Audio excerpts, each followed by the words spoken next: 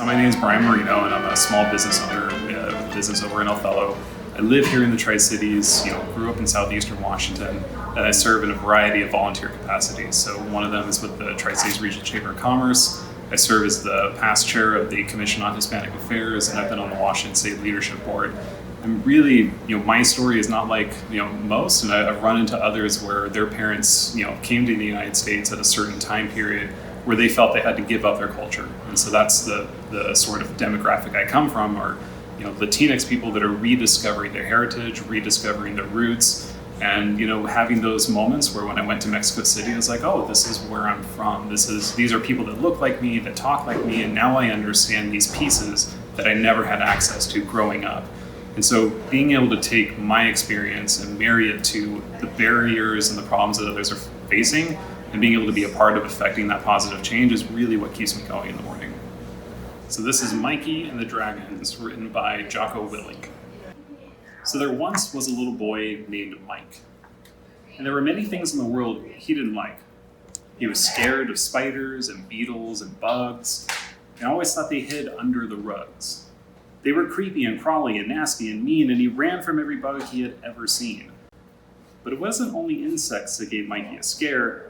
There were many other things for which Mikey didn't care.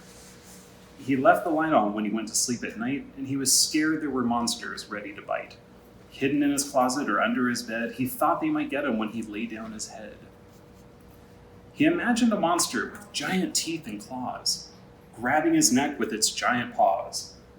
And if it wasn't monsters coming to take him away, it would be slimy snakes slithering his way.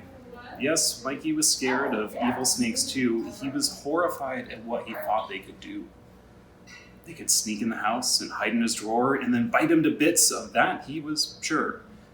There were many other things that gave Mikey a scare, which meant there weren't many things that he wouldn't dare.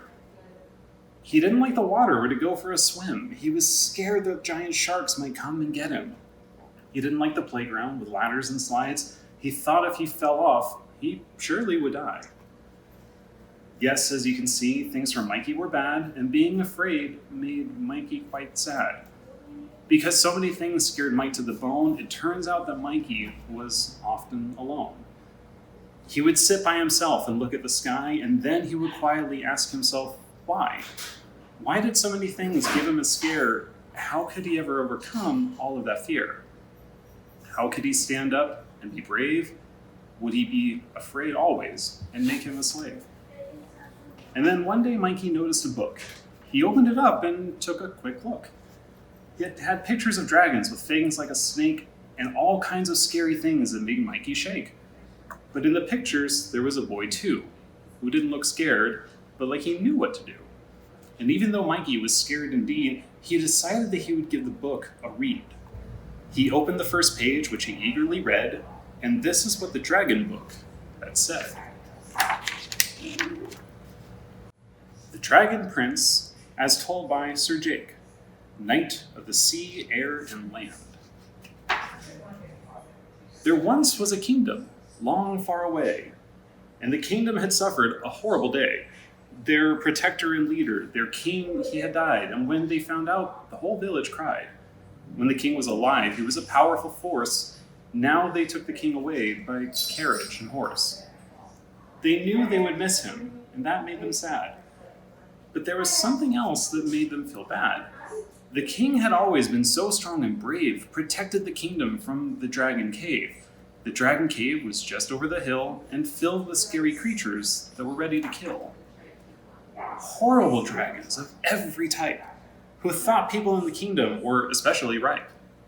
The people thought the dragons had breath, a fire, and that the dragon stood 20 feet tall or higher. They thought the dragons had sword-stopping scales and powerful long razor-sharp tails. But the brave king never let the beasts around. He stood and fought and held his ground. And as long as the king had been king, none of the dragons could do a thing. Yes, the king had always kept the dragons at bay by going out bravely into the fray. It seemed without fear the king would go fight. He'd beat up the dragons and come home at night. But now that the king had departed and left, there was only one person left to fight and carry on. But that person wasn't big or mighty or strong. In fact, he hadn't been alive that long. Now the person who had dragons to chase was a little boy with a smiling face. Yes, the person that must now stand up and be bold was just the little prince who was only 7 years old. And the people in the village just couldn't be sure that this young boy, the little prince, could endure. How could someone so young and so small stand up to the mighty dragons that were so tall? And the prince himself, he did not know if he had the courage it would take to go. Because he was so little and small and young, he didn't know if he could get the job done. How could he make the mean dragons yield when he could barely lift his sword and his shield? But no one else dared to step up and fight, not the kingdom's guards or even the knights. So even though the prince was scared, he still knew that fighting the dragons was something he had to do. So he went to the king's bedroom and opened the door and went inside and walked across the floor. He opened up an old chest that was tall and wide, where the king kept all of his gear inside. The shield was big and the sword was so long, it was no wonder the king had looked so strong. But the prince was a boy, not a king like his dad, and had to lift up that gear and took all the strength that he had. It made the prince get even more nervous, and he wondered if he was ready to do his service. Fighting dragons was a scary task. The prince to himself had questions to ask. How could a little boy ever be a man? How could the prince ever make a stand? But at the bottom of the chest, there was a small note, and it looked like something the king had wrote. So just when the prince thought he was over and done, he picked up the note and it said, "To my son." He took a deep breath and opened the note he had found, and this is what his father, the king, had written down. To my son. If you are reading this now, it means I am gone, and you are the one that must carry on. Our kingdom is now what you must save, and to do that you have to be brave. I know that you think you don't know what to do, but remember that I was once a little boy too. I was also small and had fear in my heart, and I didn't even know where to start. I couldn't imagine going over the hill to face the dragons that wanted to kill. But don't worry, son, you will be fine if you can keep these things in your mind. The dragons, they aren't really that big at all. It is only in our minds that we make them so tall. Inside of our brains, things always get overblown, especially things that are completely known or unknown. But when fear settles in and gets a hold of you, here are some things that you must do. Stand up straight and hold your head high. Look at your fears right in the eye. Don't look away and try to hide. Know that you have great strengths deep inside. When you stand up and go into the fray, you will feel your fears begin to go away. And though there will be horror you feel, the things you're scared of are not a big deal. That is not to say you won't feel a scare. Fear is a feeling that all of us share. Fear is normal for every person on earth, but this is where a hero proves his worth. A coward runs away when danger is near, but a hero will face that thing that they fear. So that is what you must do, my son. Face the dragons, but do not run. And I promise when you meet them, you will see that you are just as strong as me. The dragons that seem so mighty and mean are not that bad as they might seem. And most of the things you fill with dread are usually just made up in your head.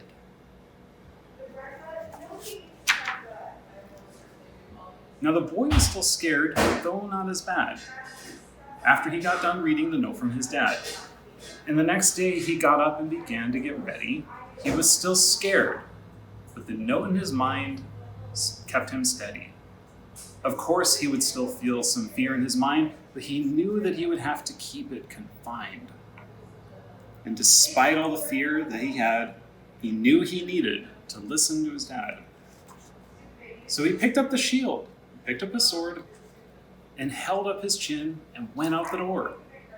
The people of the kingdom knew where he was going, and the crowd in the streets, it kept growing. They stood and they cheered and they shouted and smiled and hoped the kingdom would be saved by this child.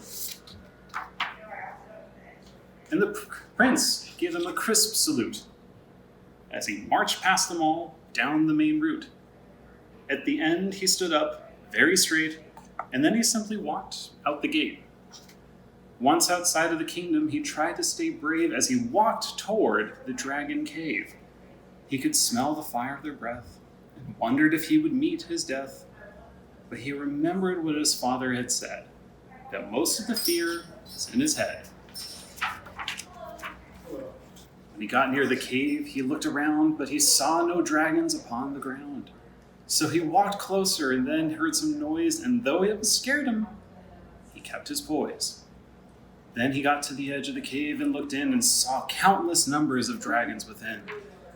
But when the dragons saw him, they scattered and hid, even though the prince was just a little kid. And the prince, he couldn't believe his eyes, because to the prince's great surprise, the dragons, though many, were as small as could be. In fact, they only came up to his knee. And when they breathed fire, it was just a little flame that any matchsticks could put to shame. And their teeth were sharp and white and shiny, but they were also so very tiny. The teeth they had were as small as a pin and would not bite through the prince's skin. So the prince walked right into the cave, just as a prince and a king should behave. And one small dragon came out looking sweet and sat on the ground at the prince's feet. And the prince was convinced by this little sight that his father, the great king, was absolutely right. The fear was just like the king had said. It all began in the prince's head. So the prince left the cave and headed back to town, and all the people saw him come down. They clapped their hands and shouted with joy that the kingdom had saved by this little boy. And the prince climbed up and stood on the wall, and this is what he told them all. There is really no reason for dread. All of the fear is just in your head. The dragons, they can do nothing to us, and there really is no reason to fuss. So have no fear of dragon attack. In fact, the dragons will never be back. And with that, all of the townspeople cheered because the prince had quelled the thing they most feared. And the prince tried to tell them the dragons were small, but they wouldn't listen to him at all. So the prince carried on, protecting the town, and of course, he never let them down. Because the dragons were so small, they really were no threat at all. And the kingdom carried on, filled with laughter, and all of the people lived happily after. So that was the end of the dragon book. And Mikey was glad that he had taken a look. He realized something that he never knew. If you are afraid, there are things you can do. Instead of hiding or running away, stand up and face what makes you afraid. And from that day forth, Mikey changed his mind and left his fears and his worries behind. When he knew he was afraid of something out there, he knew he could get control of his fear. He would stand up straight and hold his head high, and like the prince, look fear in the eye. And that is always the best thing to do. If there is something that really does scare you, don't get controlled by feelings of dread. Remember, most of the fear is just in our heads. This isn't to say you won't be afraid, but you should know that fear is okay. Everyone gets nervous and has a good scare, and it feels like they're going into the dragon's lair. But when that happens, and you don't want to go, think of the lesson the prince got to know. That when you are feeling so scared of it all, you just need to remember the dragons are so small.